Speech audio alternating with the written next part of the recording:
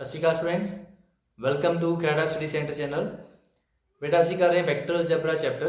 ਅੱਜ ਸਾਡਾ vector algebra ਦਾ third lecture ਆ ਤੇ ਅੱਜ ਦੇ ਲੈਕਚਰ 'ਚ ਆਪਾਂ ਬਹੁਤ ਹੀ ਇੰਪੋਰਟੈਂਟ ਕੁਝ ਡੈਫੀਨੇਸ਼ਨਸ ਨੂੰ ਡਿਸਕਸ ਕਰਾਂਗੇ ਤੇ ਉਹਦੇ ਰਿਲੇਟਡ ਬਹੁਤ ਸਾਰੇ ਆਪਾਂ ਸਮਸ ਵੀ ਸੋਲਵ ਕਰਨ ਵਾਲੇ ਆ। ਠੀਕ ਹੈ, ਤੇ ਇਸ ਲਈ ਇਸ ਲੈਕਚਰ ਨੂੰ ਲਾਸਟ ਤੱਕ ਦੇਖਿਓ ਤਾਂ ਕਿ ਤੁਹਾਨੂੰ ਜੋ ਵੈਕਟਰ ਦੀਆਂ ਬੇਸਿਕ ਚੀਜ਼ਾਂ ਨੇ ਉਹ ਪੂਰੀਆਂ ਸਮਝ ਆਉਣ, ਜੋ ਕਿ ਐਗਜ਼ਾਮੀਨੇਸ਼ਨ ਪੁਆਇੰਟ ਵੀ ਬਹੁਤ ਇੰਪੋਰਟੈਂਟ ਨੇ। बेटा स्टार्ट करते हैं अज अपने टॉपिक। साडी सब तो फर्स्ट टॉपिक है डायरैक्शन कोसाइनस। इस तो पहला हुण जो साडी जो भी मूवमेंट्स होनियां ने अपने कॉन्सैप्ट नूं लैके बेटा वो सारियां साडियां हुण 3 डिमेंशनल ज्योमैट्री दे अंडर होनियां ने।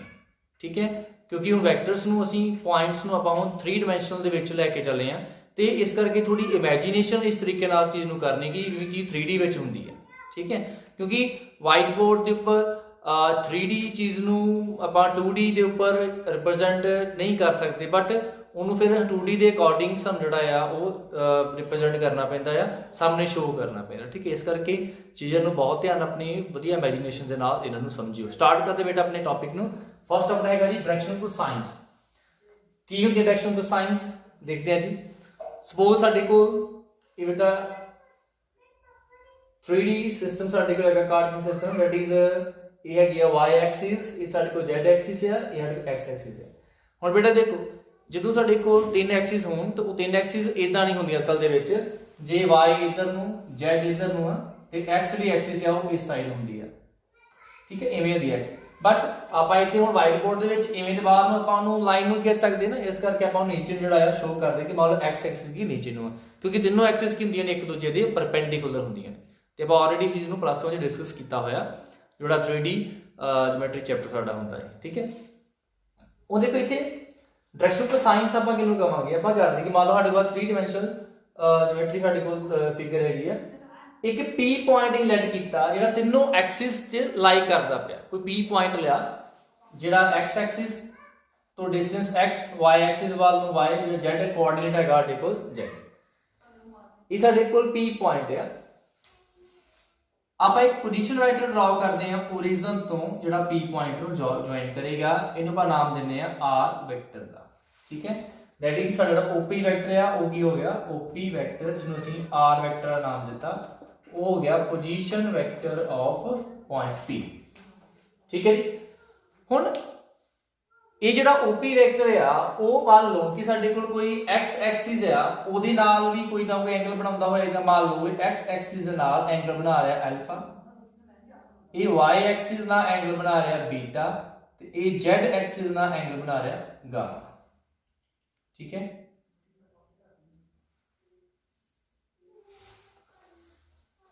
ਕਿ ਮੰਨ ਲਓ P ਪੁਆਇੰਟ ਤਾਂ ਆਪਾਂ ਪੋਜੀਸ਼ਨ ਵੈਕਟਰ ਡਰਾ ਕੀਤਾ, ਜਿਹੜਾ OP ਸਾਡੇ ਕੋਲ ਵੈਕਟਰ ਆ ਮੰਨ ਲਿਆ ਕਿ ਇਹ x एक्सिस अल्फा एंगल बना रहा, y ना बीटा ते z ना गामा एंगल बना रहा।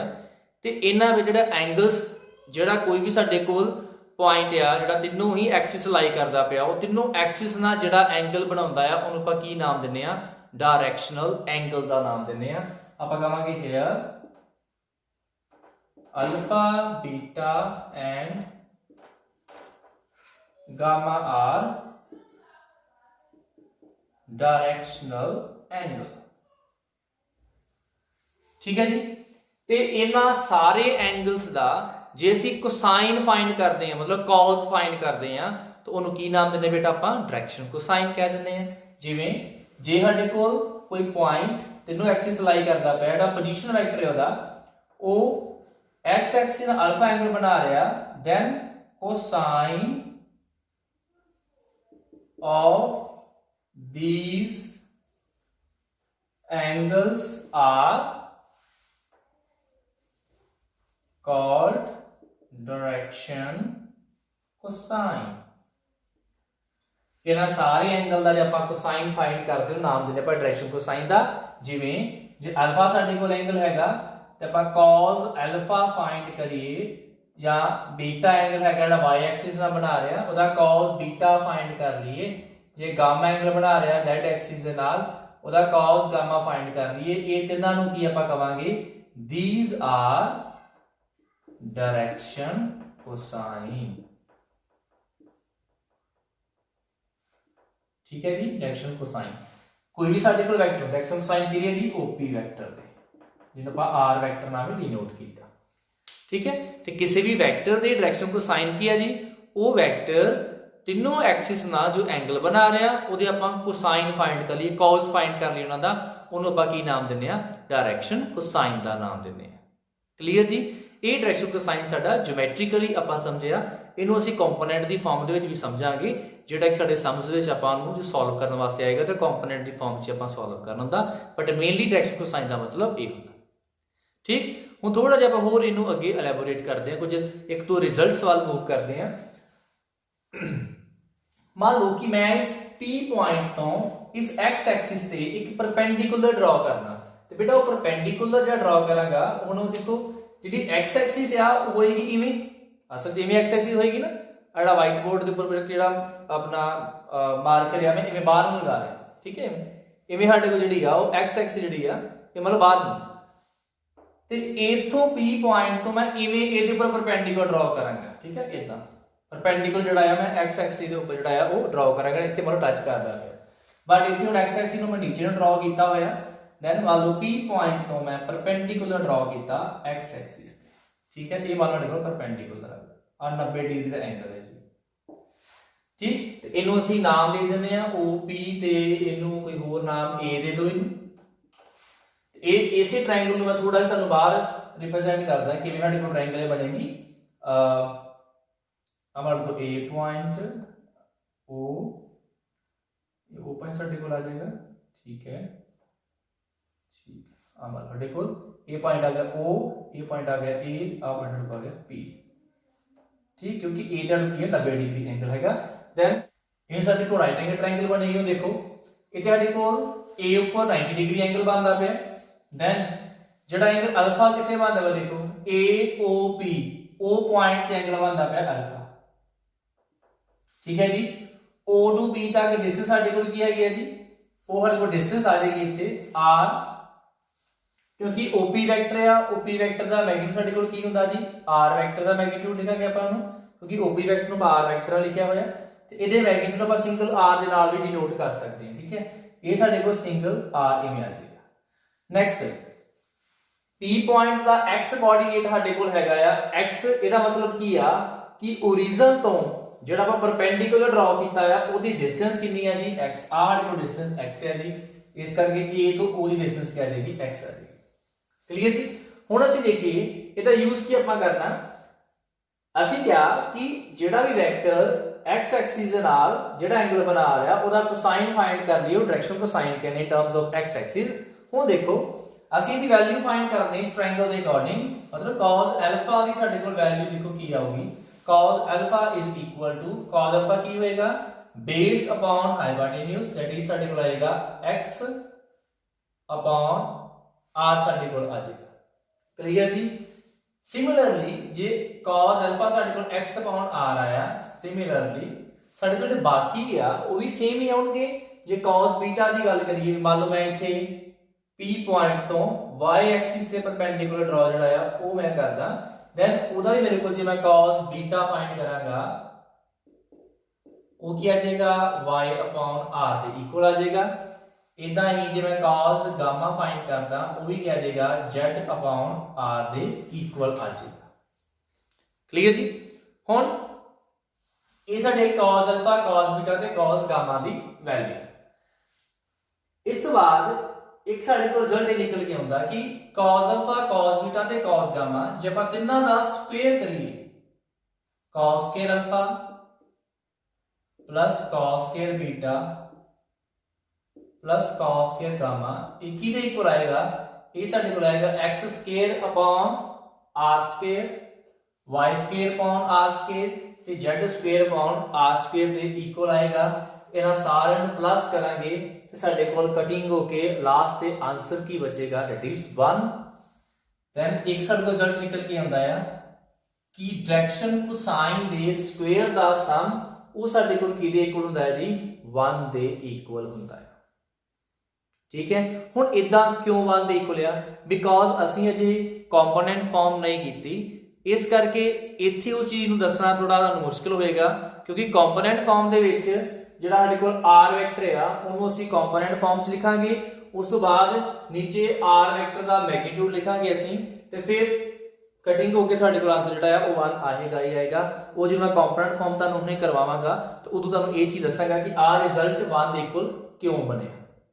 ਠੀਕ ਹੈ, ਫਿਲਹਾਲ ਅਸੀਂ ਇਹ ਯਾਦ ਰੱਖ ਲੈਨੇ ਕਿ ਫਸਟ ਰਿਜ਼ਲਟ ਇਹ ਹੈਗਾ ਕਿ ਡਾਇਰੈਕਸ਼ਨ ਕੋਸਾਈਨ ਦੇ ਸਕੁਅਰ ਦਾ ਸਮ ਕਿਹਦੇ ਇਕੁਅਲ ਹੈ 1 ਦੇ। ਜਿਹੜਾ ਡਾਇਰੈਕਸ਼ਨ ਕੋਸਾਈਨ ਨੂੰ ਅਸੀਂ L M N ਦੇ ਨਾਲ ਵੀ ਡਿਨੋਟ ਕਰਦੇ ਹਾਂ। L ਮਤਲਬ direction cosine of x axis, M direction cosine of y and N direction cosine of z।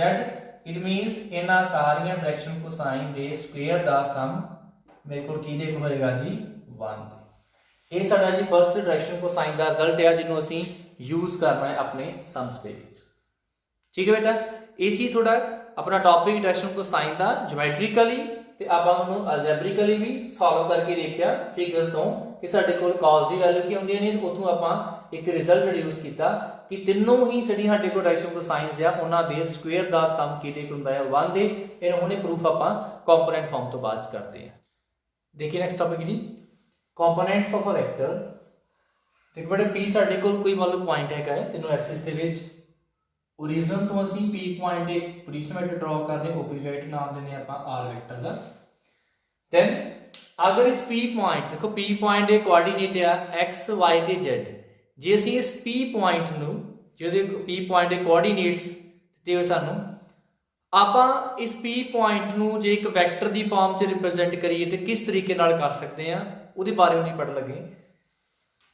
ਅਸੀਂ p पॉइंट ਤੋਂ ਆ ਸਾਡੇ ਕੋਲ ਬੇਟਾ ਪਲੇਨ ਹੈਗਾ xy ਪਲੇਨ, आ हैगा साडे कोल YZ, आ हैगा XZ प्लेन। जे P पॉइंट तो असी XY प्लेन ते वाले परपेंडिकुलर ड्रॉ करते हैं P डैश। ये जेड़ा परपेंडिकुलर XY प्लेन ते आ ये Z दे की होएगा पैरेलल होएगा। ठीक है, क्योंकि XYZ दोनों आपस में की ने परपेंडिकुलर। जे प्लेन कोई भी परपेंडिकुलर आप ड्रॉ करते हैं किसी दो प्लेन ते X ते Y ते परपेंडिकुलर ड्रॉ कर रहे हैं then वो तीजे साडे कोल जिहड़ा एक्सिस हैगी ओदे की होएगा पैरेलल होएगा। ठीक है, then जे मैं कहां कि मैं P डैश एक परपेंडिकुलर ड्रॉ कीता ते ए मेरे कोल किहदे इक्वल आ जाएगा ए O आ सपोज मेरे को पॉइंट साडे को R हैगा ए O R दे इक्वल आएगा ते O R बच्चे एक वेक्टर है जिहड़ा इस डायरेक्शन ਨੂੰ ਜਾ ਰਿਹਾ।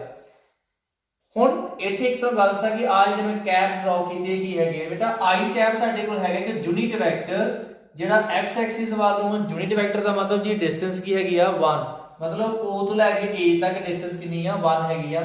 ਇਦਾਂ ਹੀ o ਤੋਂ ਲੈ ਕੇ b ਤੱਕ ਡਿਸਟੈਂਸ ਕੀ ਆ 1। ਇਹ ਵੀ ਇੱਕ ਯੂਨਿਟ ਵੈਕਟਰ ਆ y ਐਕਸਿਸ ਵੱਲ ਨੂੰ j ਕੈਪ ਨਾਲ ਡਿਨੋਟ ਕੀਤਾ। ਇਹ ਵੀ ਇੱਕ ਯੂਨਿਟ ਵੈਕਟਰ ਆ ਸਾਡੇ ਕੋਲ ਹੈਗਾ k ਕੈਪ ਇਹ ਵਾਲਾ ਤੇ z ਐਕਸਿਸ ਜਿਹਨੂੰ ਆਪਾਂ c ਨਾਲ ਡਿਨੋਟ ਕੀਤਾ 0 0 1 ਵਾਲੋ ਕੋਆਰਡੀਨੇਟ ਹੈਗੇ ਆ। ਠੀਕ ਹੈ, ਹੁਣ ਦੇਖੋ ਅਸੀਂ ਮੰਨ ਲਓ ਕਿ ਇਸ P ਪੁਆਇੰਟ ਤੋਂ XY ਪਲੇਨ ਦੇ ਪਰਪੈਂਡੀਕੂਲਰ ਡਰਾ ਕੀਤਾ ਉਹ ਜਿਹੜਾ ਪਰਪੈਂਡੀਕੂਲਰ ਸਾਡੇ ਕੋਲ ਆ ਉਹ ZOR ਦੇ ਕੀ ਹੋਏਗਾ ਪੈਰਲਲ। ਇਟ ਮੀਨ ਦੋ ਸਾਡੇ ਕੋਲ ਵੈਕਟਰ ਪੈਰਲਲ ਆ ਗਏ। PP ਡੈਸ਼ ਕਿਹਦੇ ਪੈਰਲਲ ਹੋਏਗਾ ਸਾਡੇ ਕੋਲ OR ਦੇ ਪਰ PP ਡੈਸ਼ ਕਿਹਦੇ ਕੋਲ ਹੋਏਗਾ OR ਦੇ ਤੇ OR ਵਿੱਚ ਦੇਖੋ ਕਿਹਦੇ ਕੋਲ ਹੈ OR ਜਿਹੜਾ Z ਐਕਸਿਸ ਵੱਲ ਨੂੰ ਇੱਕ ਵੈਕਟਰ ਆ ਬਟ ਉਹਦਾ ਮੈਗਨੀਟਿਊਡ ਹੋ ਸਕਦਾ ਕਿ ਯੂਨਿਟ ਵੈਕਟਰ ਤੋਂ ਵੱਧ ਹੋਏ ਤੇ ਉਹਦਾ ਮੈਗਨੀਟਿਊਡ ਕੀ ਹੋ ਸਕਦਾ ਹੈ ਜੇ ਉਹ z ਐਕਸਿਸ ਦੇ ਪੈਰਲਲ ਹੈ ਤਾਂ ਉਹਦਾ ਮੈਗਨੀਟਿਊਡ ਕੀ ਹੋਏਗਾ ਜੋ ਸਾਡਾ ਇੱਥੇ z ਕੋਆਰਡੀਨੇਟ ਆ ਉਹ ਕੀ ਹੋਏਗਾ ਉਹਦਾ ਮੈਗਨੀਟਿਊਡ।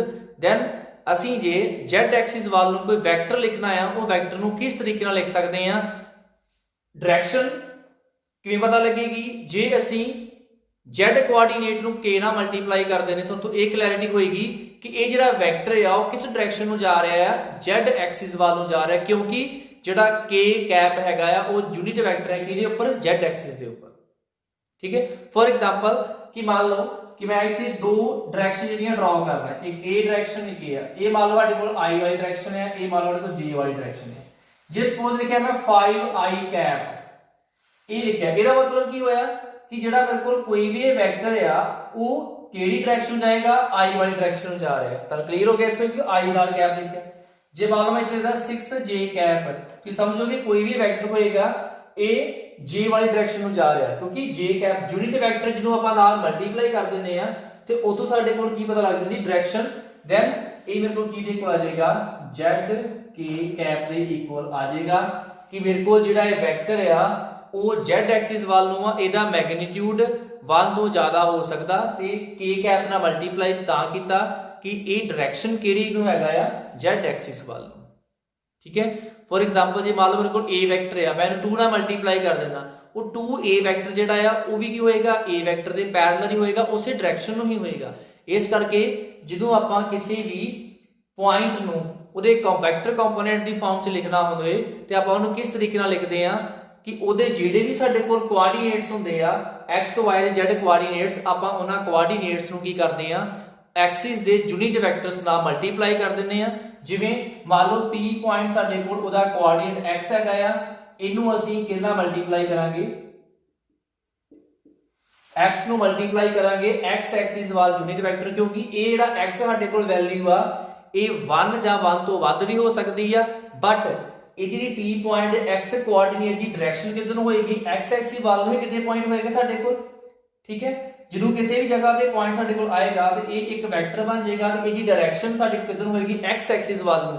ਤੇ ਆਪਾਂ ਇਸ ਡਾਇਰੈਕਸ਼ਨ ਨੂੰ ਦੱਸਣ ਵਾਸਤੇ ਕਿ ਜਿਹੜਾ x ਕੋਆਰਡੀਨੇਟ ਹੈ x ਐਕਸਿਸ ਵੱਲ ਨੂੰ ਹੀ ਹੈਗਾ, ਇਹਨੂੰ ਕਾਹਦੇ ਨਾਲ ਮਲਟੀਪਲਾਈ ਕਰਦੇ ਨੇ i ਕੈਪ ਨਾਲ, ਕਿਉਂਕਿ ਸਾਨੂੰ ਪਤਾ ਜਿਹੜਾ i ਕੈਪ ਹੈ ਉਹ x ਐਕਸਿਸ ਉੱਪਰ ਇੱਕ ਯੂਨਿਟ ਵੈਕਟਰ ਆ ਤੇ ਜਦੋਂ ਅਸੀਂ ਕਿਸੇ ਯੂਨਿਟ ਵੈਕਟਰ ਨੂੰ ਕਿਸੇ ਵੀ ਸਕੇਲਰ ਨਾਲ ਮਲਟੀਪਲਾਈ ਕਰਦੇ ਆ ਤੇ ਉਹ ਵੀ ਇੱਕ ਵੈਕਟਰ ਹੀ ਆ ਜਾਂਦਾ ਆ ਤੇ ਉਹ ਵੈਕਟਰ ਕਿਸ ਡਾਇਰੈਕਸ਼ਨ ਨੂੰ ਜਾਂਦਾ ਜਿਸ ਡਾਇਰੈਕਸ਼ਨ ਨੂੰ ਇਹ ਯੂਨਿਟ ਵੈਕਟਰ ਡਰਾ ਕੀਤਾ ਹੋਇਆ।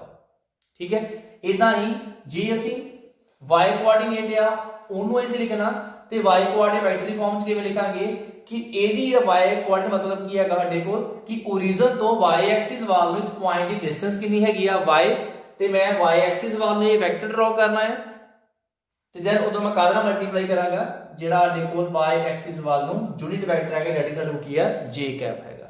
ਠੀਕ ਹੈ, ਪਲੱਸ ਸਿਮਿਲਰਲੀ ਇਦਾਂ ਹੀ ਸਾਡੇ ਕੋਲ ਕੀ ਆਏਗਾ z k ਕੈਪ, ਕਿਹੜਾ z ਕੋਆਰਡੀਨੇਟ ਹੈਗਾ ਆ ਉਹਨੂੰ ਆਪਾਂ ਜੇ ਲਿਖਣਾ ਹੈ ਵੈਕਟਰ ਦੀ ਫਾਰਮ 'ਚ ਤੇ ਇਹ z ਕੀ ਆ ਇਸ p ਪੁਆਇੰਟ ਦੀ z ਐਕਸਿਸ ਵੱਲ ਨੂੰ ਜਿਹੜੀ ਡਿਸਟੈਂਸ ਆ origin ਤੋਂ ਕਿੰਨੀ ਹੈਗੀ ਆ ਉਹ z ਹੈਗੀ, ਤੇ ਆਪਾਂ ਉਸ ਜੇ ਸਾਡੇ ਕੋਲ ਵੈਕਟਰ ਦੀ ਫਾਰਮ 'ਚ ਲਿਖਣਾ ਤੇ ਕੀ ਕਰਾਂਗੇ ਇਹਨੂੰ k ਕੈਪ ਨਾਲ ਮਲਟੀਪਲਾਈ ਕਰਾਂਗੇ ਤੇ ਪਤਾ ਲੱਗੇਗਾ ਕਿ ਇਹ ਇੱਕ ਵੈਕਟਰ ਹੈਗਾ z k ਕੈਪ ਜਿਹੜਾ ਕਿਸ ਡਾਇਰੈਕਸ਼ਨ ਨੂੰ ਹੈਗਾ z ਐਕਸਿਸ ਵੱਲ ਦੀ ਡਾਇਰੈਕਸ਼ਨ ਨੂੰ ਹੈਗਾ।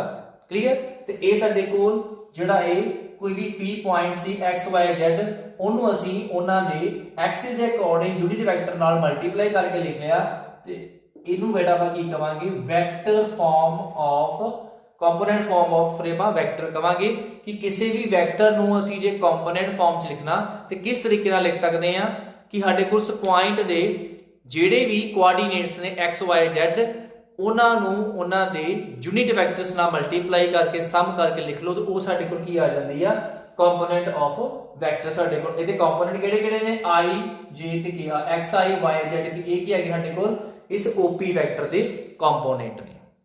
ਕਲੀਅਰ, ਹੁਣ ਮੰਨ ਲਓ ਤੁਹਾਨੂੰ ਕੋਈ ਵੀ ਪੁਆਇੰਟ ਦਿੱਤਾ ਹੋਇਆ ਤੁਸੀਂ ਉਹਨੂੰ ਕੰਪੋਨੈਂਟ ਵੈਕਟਰ ਫਾਰਮ 'ਚ ਲਿਖਣਾ। ਮੰਨ ਲਓ ਸਾਡੇ ਕੋਲ ਕੋਈ ਵੀ a ਪੁਆਇੰਟ ਆ ਸਪੋਜ਼ ਦਿੱਤਾ ਹੋਇਆ 1 2 ਤੇ 3, ਜੇ ਮੈਂ ਕਹਾਂ ਕਿ ਇਸ a ਪੁਆਇੰਟ ਨੂੰ ਤੁਸੀਂ ਵੈਕਟਰ ਦੀ ਫਾਰਮ 'ਚ ਲਿਖੋ ਤੇ ਕਿਵੇਂ ਲਿਖ ਸਕਦੇ ਹੋ ਸਾਡੇ ਕੋਲ ਵੈਕਟਰ ਮੰਨ ਲਓ ਇਹਨੂੰ a ਵੈਕਟਰ ਮੰਨ ਲਿਆ, ਕਿਵੇਂ ਲਿਖਾਂਗੇ 1 ਨੂੰ ਕਰਾਂਗੇ x ਕੋਆਰਡੀਨੇਟ ਨੂੰ i ਨਾਲ ਮਲਟੀਪਲਾਈ ਕਰਾਂਗੇ 1 i ਸਾਡੇ ਕੋਲ i ਕੈਪ ਹੀ ਆ ਜਾਏਗਾ, 2 ਹੋਏਗਾ j ਕੈਪ ਤੇ z ਵਾਲੇ ਨੂੰ ਜਿਹੜਾ ਕੋਆਰਡੀਨੇਟ ਨੂੰ ਆਪਾਂ z ਨਾਲ ਮਲਟੀਪਲਾਈ ਕਰਾਂਗੇ 3 z ਕੈਪ। ਇਹ ਸਾਡੇ ਕੋਲ ਆ ਗਈ ਜੀ ਇਹਦੀ ਕਿਸੇ ਵੀ ਵੈਕਟਰ ਦੀ ਕੰਪੋਨੈਂਟ ਫਾਰਮ। ਜੇ ਸਾਡੇ ਕੋਆਰਡੀਨੇਟ ਦਿੱਤੇ ਹੋਏ ਆ ਦੈਨ ਆਪਾਂ ਉਹਨੂੰ x ਕੋਆਰਡੀਨੇਟ ਨੂੰ i ਨਾਲ ਮਲਟੀਪਲਾਈ ਕਰ ਲਾਂਗੇ, i ਹੈਗਾ unit vector in terms of x Axis, ਤੇ ਜੇ ਸਾਡੇ ਕੋਲ y ਕੋਆਰਡੀਨੇਟ ਨੂੰ ਆਪਾਂ j ਨਾਲ j ਕੈਪ ਨਾਲ ਮਲਟੀਪਲਾਈ ਕਰਾਂਗੇ, j ਕੈਪ ਕੀ ਹੈਗਾ unit vector along y Axis ਤੇ ਯੂਨਿਟ ਵੈਕਟਰ ਮਤਲਬ ਜਿਹਦਾ ਮੈਗਨੀਟਿਊਡ ਕੀ ਹੈਗਾ ਸਾਡੇ ਕੋਲ 1 ਹੁੰਦਾ ਹੈ।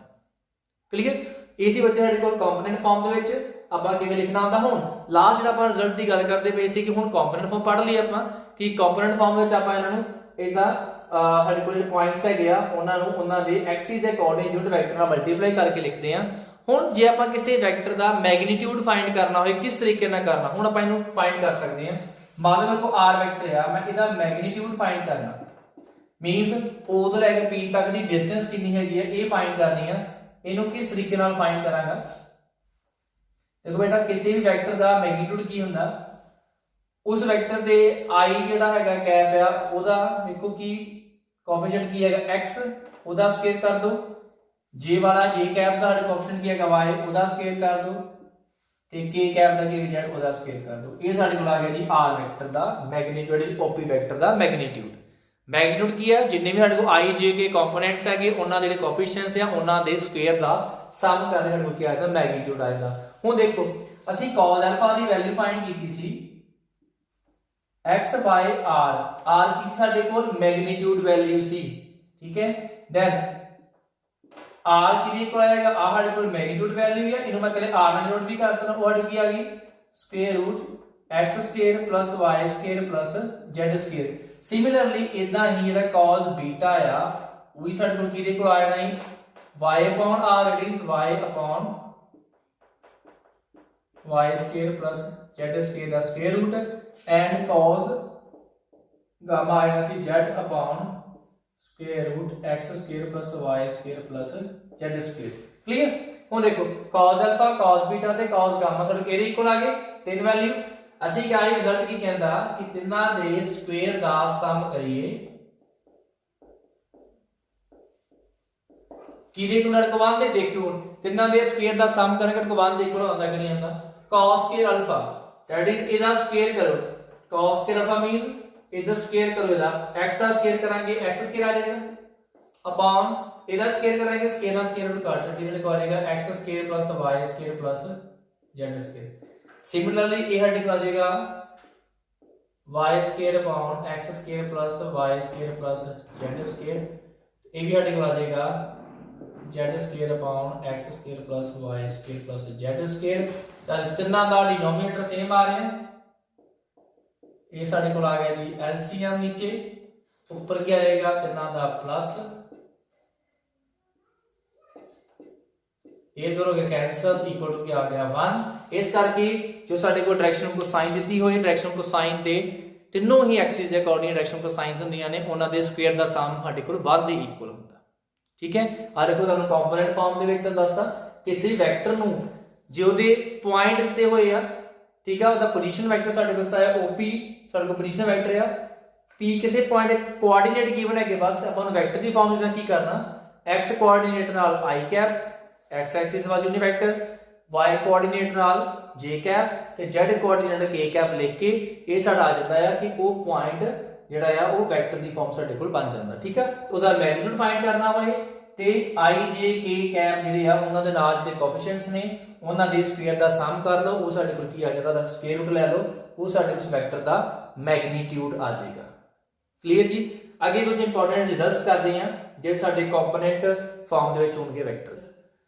कितने मास को दो वेक्टर है, ए वेक्टर है कंपोनेंट दी फॉर्म दिता हुआ है a1i a2j a3k कैप ते b vector b1i b2j b3k cap, दो साडे कोल वेक्टर ने। हुण आपां सिखदे कि जे आपां कंपोनेंट दी फॉर्म सन वेक्टर दिता होया ते आपां नु ऐड सबट्रैक्ट किस तरीके नाल करना। जदों दो वेक्टर नु बेटा ऐड करना, देखो a vector plus b vector करांगे, पहले a वेक्टर लिख लिया कंपोनेंट फॉर्म च, फिर b वेक्टर लिख लिया, दोनों ऐड असीं किवें करना, पहला i दा जेड़ा कोएफिशिएंट आ ओनू i नाल ऐड करांगे, j वाले नु j नाल ते k वाले नु k नाल। ये साडे कोल की आ जाएगा i दा कोएफिशिएंट a1 है, a1 होएगा प्लस b1 दे विच a1 प्लस b1 नाल पा देंगे आपां जी i कैप, जेड़ा j वाले को हरे कोल हैगे आ वेक्टर्स वो j नाल ही ऐड होणगे, कोएफिशिएंट ऐड करने a2 ऐड होएगा b2 दे नाल a2 plus b2 j cap ते k वाले k नाल होंगे a3 plus b3 k cap. Clear जी। ये साडे कोल आ गई दो वेक्टर दी एडिशन इन कंपोनेंट फॉर्म, ठीक है। हुण देखो जे सबट्रैक्शन करनी, सबट्रैक्शन बेटा सेम इदां ही है a vector minus b vector, subtraction च क्या आ जाएगा हम माइनस हो जाएंगे कि i वाले नु i नाल माइनस कर देंगे, that is a1 minus b1 i cap plus a2 minus b2 j cap plus a3 minus b3 k cap. Clear जी।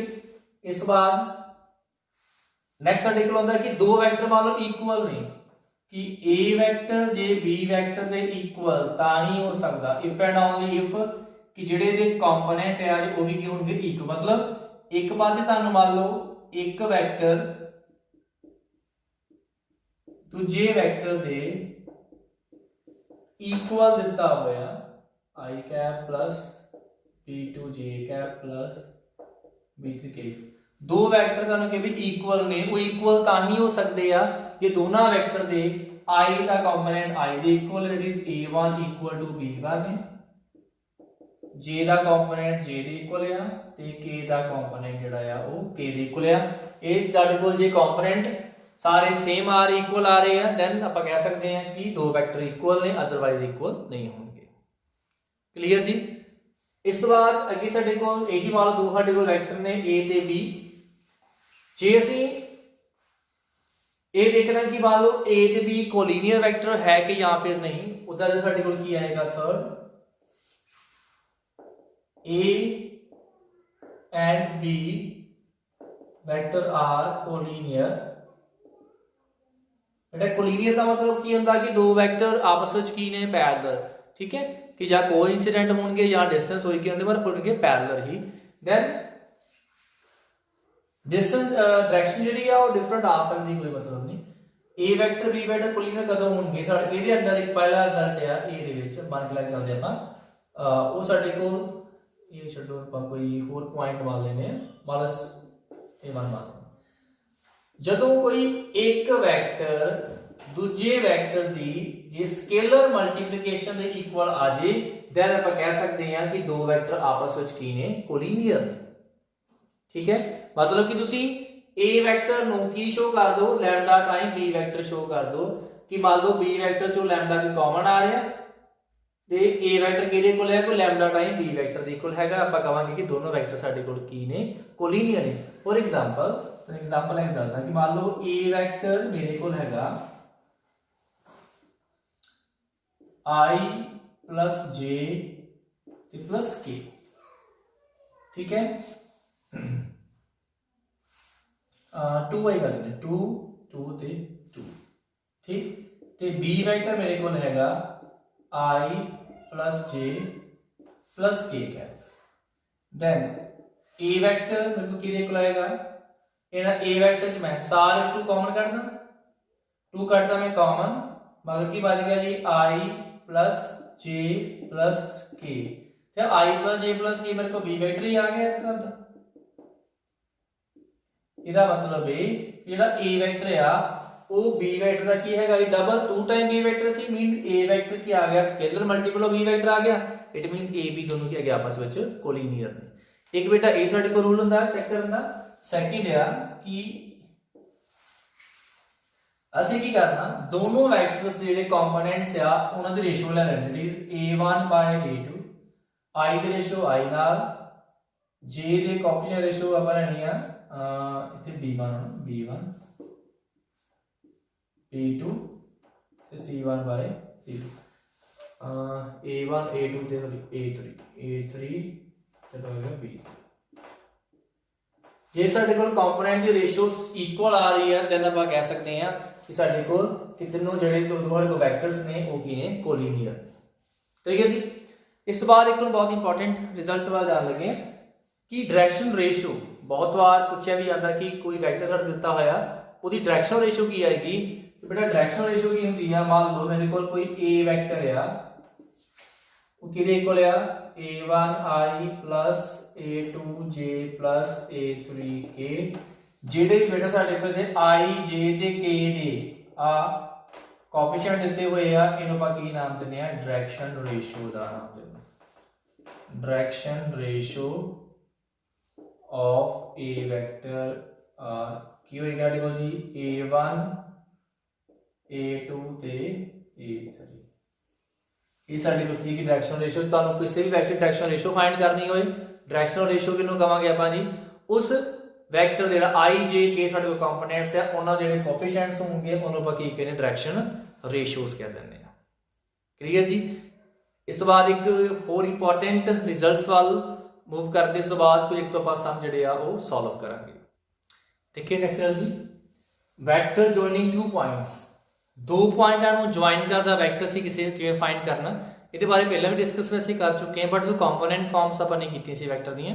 ਹੁਣ ਦੇਖੋ ਮੰਨ ਲਓ ਕਹਿੰਦੇ p ਪੁਆਇੰਟ ਆ ਉਹਦਾ ਪੋਜੀਸ਼ਨ ਵੈਕਟਰ OP ਵੈਕਟਰ ਆ, q ਪੁਆਇੰਟ ਦਾ ਪੋਜੀਸ਼ਨ ਵੈਕਟਰ OQ ਵੈਕਟਰ ਆ, p point ਦੇ ਕੋਆਰਡੀਨੇਟ ਮੰਨ ਲਓ x1 y1 z1 ਆ ਤੇ q ਪੁਆਇੰਟ ਹੈਗੇ x2 y2 z2। ਹੁਣ ਕੋਆਰਡੀਨੇਟ ਗਿਵਨ ਹੈਗੇ ਤੇ ਦੋਨੋਂ ਪੁਆਇੰਟਸ ਤੇ ਆਂਦੇ ਵਾਲੇ pq ਵੈਕਟਰ ਫਾਈਂਡ ਕਰਨਾ ਕਿਸ ਤਰੀਕੇ ਨਾਲ ਫਾਈਂਡ ਕਰਾਂਗੇ? ਫਾਰਮੂਲਾ ਬੱਚੇ ਸੇਮ ਹੈਗਾ, PQ ਵੈਕਟਰ ਕਿਹਦੇ ਕੋਲ ਆਏਗਾ ਪੋਜੀਸ਼ਨ ਵੈਕਟਰ ਪਹਿਲਾਂ Q ਮਾਈਨਸ ਪੋਜੀਸ਼ਨ ਵੈਕਟਰ ਸਾਡੇ ਕੋਲ P। ਹੁਣ ਇੱਥੇ ਗੱਲ ਹੈ ਕਿ ਪੋਜੀਸ਼ਨ ਵੈਕਟਰ Q ਸਾਡੇ ਕੋਲ ਕੀ ਆ, Q ਦਾ ਪੋਜੀਸ਼ਨ ਵੈਕਟਰ ਕੀ ਹੈਗਾ ਆ OQ ਵੈਕਟਰ, ਤੇ OQ ਵੈਕਟਰ ਆਪਾਂ ਕੰਪੋਨੈਂਟ ਦੀ ਫਾਰਮ ਚ ਫਾਈਂਡ ਕਰ ਸਕਦੇ ਹਾਂ ਕਿਵੇਂ, ਜਿਹੜਾ Q ਪੁਆਇੰਟ ਜਿਹੜੇ ਕੋਆਰਡੀਨੇਟਸ ਆ ਰਹੇ ਆ ਉਹਨਾਂ ਨੂੰ ਅਸੀਂ I J K ਕੰਪੋਨੈਂਟ ਲਿਖ ਲਈਏ।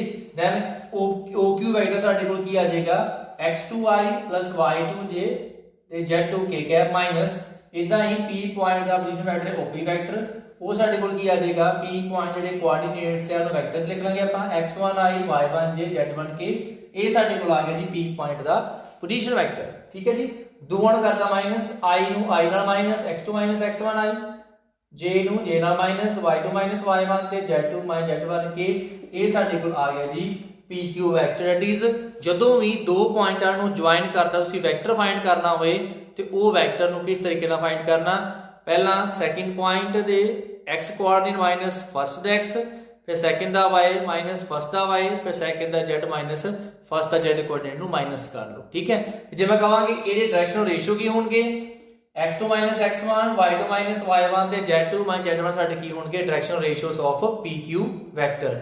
ਇਸ ਕਰਕੇ ਜੇ ਤਾਂ ਸਿੰਪਲੀ ਦੋ ਪੁਆਇੰਟਾਂ ਨੂੰ ਜੁਆਇਨ ਕਰਦਾ ਵੈਕਟਰ ਦੇ ਡਾਇਰੈਕਸ਼ਨਲ ਰੇਸ਼ੀਓ ਚਾਹੀਦੇ ਆ, ਸਿੰਪਲੀ ਕੀ ਕਰੋ ਦੋਨਾਂ ਨੂੰ ਮਾਈਨਸ x ਨੂੰ x2 y ਨੂੰ y ਤੋਂ z2 ਮਾਈਨਸ ਕਰਕੇ ਜੋ ਆਏਗਾ ਸਾਡੇ ਕੋਲ ਉਹ ਤਿੰਨ ਵੈਲਿਊ ਕੀ ਹੋਣਗੀਆਂ ਡਾਇਰੈਕਸ਼ਨ ਰੇਸ਼ੀਓਸ ਹੋਣਗੀਆਂ। ਕਲੀਅਰ ਜੀ। ਹੁਣ ਅੱਗੇ ਸਮ ਆਪਣੇ ਸੋਲਵ ਕਰਦੇ ਦੇਖੀਏ। ਸਮ ਸੀ find the sum of vectors. बेटा तीन सानू वेक्टर देते हुए है, कहंदे जी दा सम फाइंड करो। सम किवें फाइंड करना, देखो ए बी सी दा सम फाइंड करांगे जी, प्लस करके लिख लिया, पहला ए वेक्टर फिर बी देन सी वेक्टर। एक बेटा सम पर किवें सीखिया सी, किवें फाइंड करना, आई वाले कंपोनेंट्स नू आई नाल ऐड, जे वाले जे नाल ते के वाले नू के नाल। ठीक है, ते कर दी ऐड जी। इत्थे आई दा कोएफिशिएंट 1 हैगा, इत्थे -2 1 -2 ਤੇ प्लस 1 ਇਹ ਸਾਡੇ ਕੋਲ ਆ ਗਿਆ ਜੀ i ਕੈਪ, j ਦਾ ਇੱਥੇ -2 ਹੈ ਜੀ, ਇੱਥੇ ਜੀ +4, ਇੱਥੇ -6 ਇਹ ਆ ਗਿਆ ਜੀ j ਕੈਪ, ਇੱਥੇ 1 ਹੈ ਜੀ 5 ਤੇ -7 1 5 प्लस ਦਾ ਤੇ 7 माइनस ਦਾ ਇਹ ਹੈ ਜੀ k ਕੈਪ। ਇਹ ਸਾਡੇ ਕੋਲ ਆ ਗਿਆ 1 + 1 -2 1 + 1 2 ਸਾਡੇ ਕੋਲ ਆ ਗਿਆ ਜੀ, 2 - 2 ਕੀ ਆ ਗਿਆ 0 i ਕੈਪ प्लस 4 -2 -6 -8 -8 प्लस 4 आ गया जी -4 j कैप 5 + 1 6 ਤੇ -7 -1 k कैप। ਇਹਨੂੰ ਕਿਵੇਂ ਲਿਖਾਂਗੇ ਆਪਾਂ ਜੀ, 0 i ਲਿਖਣਾ ਲਿਖੋ ਨਹੀਂ ਨਾਲੇ ਕੋਈ ਪ੍ਰੋਬਲਮ ਨਹੀਂ। ਇਹ ਆ ਗਿਆ ਜੀ -4 j कैप ਤੇ -k कैप। ਇਹ ਸਾਡੇ ਕੋਲ ਆ ਗਏ ਤਿੰਨੋਂ ਵੈਕਟਰ ਦਾ ਜੀ ਸਮ। ਠੀਕ ਹੈ ਜੀ। ਇਸ ਤੋਂ ਬਾਅਦ ਨੈਕਸਟ ਹੈ ਜੀ question, find the magnitude of the vector a vector. ਇਹਦਾ मैग्नीट्यूड फाइंड करना है, किसी भी वेक्टर ਦਾ मैग्नीट्यूड ਨੂੰ ਕਿਵੇਂ ਨੋਟ ਕਰਦੇ ਆ, a वेक्टर ਨਾਲ ਆ ਬ੍ਰੈਕਟ ਪਾ ਕੇ ਜਾਂ ਫਿਰ ਕੱਲਾ a ਵੀ ਆਪਾਂ ਲਿਖ ਦਿੰਦੇ ਆ। ਤੇ ਬੇਟਾ मैग्नीट्यूड ਕੀ ਦੇ ਕੋਲ ਆਇਆ, ਸਕੁਅਰ ਰੂਟ ਆਫ ਜਿਹੜੇ ਇਸ ਵੈਕਟਰ ਦੇ i j ਤੇ k ਕੰਪੋਨੈਂਟਸ ਨੇ, ਜਿਹੜੇ ਵੈਕਟਰ ਨੇ ਉਹਨਾਂ ਦੇ coefficient the square. i the coefficient 2 ਹੈਗਾ, 2 ਦਾ ਸਕੁਅਰ प्लस -6 ਦਾ ਸਕੁਅਰ प्लस -3 ਦਾ ਸਕੁਅਰ।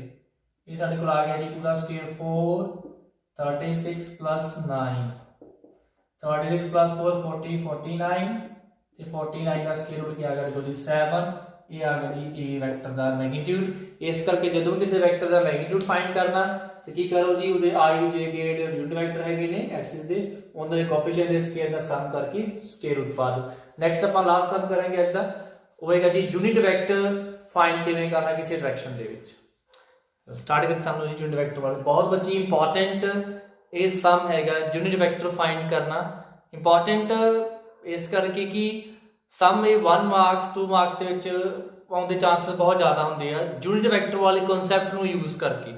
ਇਹ ਨਹੀਂ ਕਿ ਸਿੰਪਲ यूनिट वेक्टर फाइंड ਕਰਨ ਵਾਸਤੇ ਆਏ, ਬਟ ਇਸ ਕਨਸੈਪਟ ਨੂੰ ਯੂਜ਼ ਕਰਕੇ ਸਮ ਜਿਹੜਾ ਆ ਉਹ ਸੋਲਵ ਸਾਡਾ ਹੋਏਗਾ। ਇਧਰ ਨਾਲ ਦੇ ਸਮ ਕਾਫੀ ਆਉਂਦੇ ਨੇ। यूनिट वेक्टर फाइंड करना लिखा गया जी, find unit vector in the direction of. सब तो पहली गल तानू उत्थे एक चीज जरूर मेंशन की होगी कि यूनिट वेक्टर फाइंड करो किस डायरेक्शन च फाइंड करना। ठीक है, क्योंकि मान लो कोई वैक्टर दी पहला डायरेक्शन बारे दस्सिया होगी, वो वैक्टर किधर नूं जा रहा, फिर उस डायरेक्शन दे विच असीं एक वैक्टर फाइंड करना जिहदा मैग्नीट्यूड कितना होएगा 1 होएगा। ਪਹਿਲਾਂ ਜਿਸ ਡਾਇਰੈਕਸ਼ਨ ਦੀ ਗੱਲ ਕੀਤੀ ਆ ਉਹ ਸਾਡੇ ਕੋਲ ਵੈਕਟਰ ਹੋਣਾ ਚਾਹੀਦਾ। ਫੋਰ ਐਗਜ਼ਾਮਪਲ ਮੰਨ ਲਓ ਮੇਰੇ ਕੋਲ ਦੋ ਵੈਕਟਰ ਨੇ A ਤੇ B, ਠੀਕ ਹੈ, ਅਲੱਗ-ਅਲੱਗ ਵੈਕਟਰ ਹੋਣਾ ਕਿਹਾ ਜੀ ਇੱਕ ਯੂਨਿਟ ਵੈਕਟਰ ਫਾਈਂਡ ਕਰੋ ਜਿਹੜਾ ਦੋਨਾਂ ਦੇ ਸਮ ਦੀ ਡਾਇਰੈਕਸ਼ਨ 'ਚ ਆ, ਮਤਲਬ ਦੋਨਾਂ ਦੇ A plus B the direction 'ਚ ਆ। ਇਸ ਕਰਕੇ ਜਿਸ ਵੀ ਡਾਇਰੈਕਸ਼ਨ 'ਚ ਪਹਿਲਾਂ ਕਿਹਾ ਹੋਏ ਉਹ ਡਾਇਰੈਕਸ਼ਨ ਵਾਲਾ ਵੈਕਟਰ ਪਹਿਲਾਂ ਫਾਈਂਡ ਕਰੋ। ਜੇ ਉਹਨਾਂ ਨੇ ਕਿਹਾ ਕਿ A plus B the direction 'ਚ ਆ, ਪਹਿਲਾਂ A plus B vector find ਕਰੋ, ਮਤਲਬ A plus B, A ਤੇ B ਨੂੰ ਪਲੱਸ ਕਰ ਲਓ। ਉਸ ਤੋਂ ਬਾਅਦ ਉਸ ਡਾਇਰੈਕਸ਼ਨ ਦੇ ਵਿੱਚ ਅਸੀਂ ਵੈਕਟਰ ਯੂਨਿਟ ਵੈਕਟਰ ਕਿਵੇਂ ਫਾਈਂਡ ਕਰਨਾ ਆ। ਜਦੋਂ ਸਾਡੇ ਕੋਲ ਜਿਸ ਡਾਇਰੈਕਸ਼ਨ 'ਚ ਗਿਆ ਹੋਏ ਉਹ ਡਾਇਰੈਕਸ਼ਨ ਵਾਲਾ ਸਾਡੇ ਕੋਲ ਵੈਕਟਰ ਆ ਗਿਆ, ਦੈਨ ਯੂਨਿਟ ਵੈਕਟਰ ਨੂੰ ਆਪਾਂ A ਕੈਪ ਨਾਲ ਡਿਨੋਟ ਕਰਦੇ ਹਾਂ, ਕੈਪ ਨਾਲ A the unit vector find ਕਰਨਾ A ਕੈਪ, ਉਹ ਕੀ ਆਏਗਾ ਬੇਟੇ ਉਸ ਵੈਕਟਰ ਨੂੰ ਅਸੀਂ ਕੀ ਕਰਨਾ ਉਹਦੇ ਮੈਗਨੀਟਿਊਡ ਨਾਲ ਡਿਵਾਈਡ ਕਰਨਾ। ਕਲੀਅਰ ਕਿ ਬਾਅਦ ਸਾਡੇ ਕੋਲ ਜਿਹੜਾ ਕਿਹਾ ਕਿ A ਤੇ B ਵੈਕਟਰ ਦੋ ਵੈਕਟਰ ਨੇ, ਇੱਕ ਯੂਨਿਟ ਵੈਕਟਰ ਫਾਈਂਡ ਕਰੋ ਦੋਨਾਂ ਦੇ ਸਮ ਦੇ ਡਾਇਰੈਕਸ਼ਨ ਦੇ ਵਿੱਚ, ਜਾਂ ਕੋ ਦੋਨੇ ਸਮ ਦੇ ਪੈਰਲਲ ਆ, ਪੈਰਲਲ ਮਤਲਬ ਡਾਇਰੈਕਸ਼ਨ ਸੇਮ ਹੀ ਹੋਗੀ ਉਹੀ ਡਾਇਰੈਕਸ਼ਨ ਦੇ ਵਿੱਚ। ਦੈਨ ਕੀ ਕਰੋ ਪਹਿਲਾਂ ਤੁਸੀਂ ਜਿਹੜੀ ਡਾਇਰੈਕਸ਼ਨ 'ਚ ਕਿਹਾ A plus B the direction 'ਚ ਕਿਹਾ ਉਹਦੇ ਪੈਰਲਲ ਕਿਹਾ, ਪਹਿਲਾਂ A plus B vector find ਕਰਨਾ ਹੈ, ਠੀਕ ਹੈ, ਜੋ ਸਾਡੇ ਕੋਲ ਵੀ ਆਏਗਾ। ਹੁਣ ਜੇ ਇਹਦਾ ਯੂਨਿਟ ਵੈਕਟਰ ਫਾਈਂਡ ਕਰਨਾ, ਸਾਡੇ ਕੋਲ ਯੂਨਿਟ ਵੈਕਟਰ ਕੀ ਹੋਏਗਾ ਇਹਦਾ, ਆਪਾਂ ਕਾਮਨ ਇਹਦੇ ਕੈਪ ਪਾ ਦਿੰਦੇ, ਉਹ ਕਿਹਦੇ ਕੋਲ ਆਏਗਾ ਕਿ ਅਸੀਂ ਇਸ ਵੈਕਟਰ ਨੂੰ A plus B ਨੂੰ ਇਹਦੇ ਮੈਗਨੀਟਿਊਡ ਨਾਲ ਕੀ ਕਰ ਦੇਣਾ ਡਿਵਾਈਡ ਕਰ ਦੇਣਾ। ਕਲੀਅਰ। ਹੁਣ ਦੇਖੋ ਇੱਥੇ ਆਪਾਂ ਦੇ ਕੋਲ ਇੱਕ ਸਿੰਗਲ ਵੈਕਟਰ ਸੀ, ਇਹਦੀ ਡਾਇਰੈਕਸ਼ਨ ਕਿਹਾ ਹੈ ਯੂਨਿਟ ਵੈਕਟਰ ਫਾਈਂਡ ਕਰਨ ਵਾਸਤੇ ਅਸੀਂ ਕੀ ਕਰਾਂਗੇ ਇਸ ਵੈਕਟਰ ਨੂੰ ਇਹਦੇ ਮੈਗਨੀਟਿਊਡ ਨਾਲ ਡਿਵਾਈਡ ਕਰਾਂਗੇ। ਪਹਿਲਾਂ ਫਾਈਂਡ ਕਰੀਏ ਜੀ ਮੈਗਨੀਟਿਊਡ, A ਵੈਕਟਰ ਦਾ ਮੈਗਨੀਟਿਊਡ ਕੀ ਆਏਗਾ 3 ਦਾ ਸਕੁਅਰ ਜੀ 9 -2 ਦਾ ਸਕੁਅਰ 4 ਤੇ 6 ਦਾ ਸਕੁਅਰ ਆ ਗਿਆ ਜੀ 36, ਇਹ 49 ਦਾ ਸਕੁਅਰ 7 ਆ ਗਿਆ ਜੀ A ਵੈਕਟਰ ਦਾ ਮੈਗਨੀਟਿਊਡ। ਦੈਨ ਯੂਨਿਟ ਵੈਕਟਰ ਕੀ ਜੀ A ਵੈਕਟਰ ਉੱਪਰ ਲਿਖ ਲਓ 3i - 2j plus 6k upon 7 ਆ ਗਿਆ, ਸੈਪਰੇਟ ਕਰ ਲਓ ਜੀ A cap is equal to 3/7i - 2/7j plus 6/7k। ਇਹ ਸਾਡੇ ਕੋਲ ਆ ਗਿਆ ਯੂਨਿਟ ਵੈਕਟਰ, ਕਿਉਂਕਿ ਇਹਦਾ ਮੈਗਨੀਟਿਊਡ ਕੀ ਹੋਏਗਾ ਸਾਡੇ ਕੋਲ ਜੀ 1। ਤੇ ਇੱਕ ਬਹੁਤ ਇੰਪੋਰਟੈਂਟ ਚੀਜ਼ ਦੱਸ ਦਵਾਂ, ਯੂਨਿਟ ਵੈਕਟਰ ਦੇ ਜਿਹੜੇ I J K ਦੇ ਕੋਐਫੀਸ਼ੀਐਂਟਸ ਹੋਣਗੇ ਇਹਨੂੰ ਆਪਾਂ ਕੀ ਨਾਮ ਦਿੰਨੇ ਆ ਡਾਇਰੈਕਸ਼ਨ ਕੋਸਾਈਨ ਦਾ ਨਾਮ ਦਿੰਨੇ ਆ। ਵੈਸੇ ਕੋਈ ਵੀ ਵੈਕਟਰ ਹੋਏ ਉਹਦੇ ਜਿਹੜੇ ਕੰਪੋਨੈਂਟਸ ਨੇ ਡਾਇਰੈਕਸ਼ਨ ਰੇਸ਼ੀਓ ਹੁੰਦੇ ਆ, ਬਟ ਜਿਹੜਾ ਯੂਨਿਟ ਵੈਕਟਰ ਆ ਜਿਹੜੇ ਉਹਦੇ ਸਾਡੇ ਕੋਲ ਕੰਪੋਨੈਂਟਸ ਹੋਣਗੇ ਤੇ I J K ਦੇ ਉਹਨਾਂ ਕੀ ਨਾਮ ਦਵਾਂਗੇ ਆਪਾਂ ਡਾਇਰੈਕਸ਼ਨ ਕੋਸਾਈਨ ਦਾ ਨਾਮ ਦਵਾਂਗੇ। ਕਲੀਅਰ ਜੀ। ਇਹ ਸੀ ਬੇਟਾ ਸਾਡੇ ਅੱਜ ਦਾ ਜੋ ਕਨਸੈਪਟ ਡਾਇਰੈਕਸ਼ਨ ਕੋਸਾਈਨਸ ਦੇ ਉੱਪਰ, ਤੇ ਉਹਦੇ ਰਿਲੇਟਡ 3 ਹੀ ਸਵਾਲ ਕੀਤੇ ਨੇ, ਬਹੁਤ ਸਮਸ ਐਕਸਰਸਾਈਜ਼ ਤੇ। ਪਰ ਨੈਕਸਟ ਲੈਕਚਰ ਨੂੰ ਸਾਰੇ ਟਾਈਪ ਦੇ ਸਮ ਨੂੰ ਕਵਰ ਕਰਾਂਗੇ ਕਿ ਲੈਕਚਰ ਬਹੁਤ ਲੈਂਥੀ ਹੋ ਜਾਣਾ ਜੇ ਆਪਾਂ ਹੋਰ ਵੀ ਸਮ ਕਵਰ ਕਰਦੇ ਹਾਂ। ਫਿਰ ਨੈਕਸਟ ਲੈਕਚਰ ਓਨਲੀ ਸਾਡਾ ਸਮਸ ਦੇ ਉੱਪਰ ਹੀ ਹੋਏਗਾ। ਠੀਕ ਹੈ ਜੀ, ਮਿਲਦੇ ਹਾਂ ਨੈਕਸਟ।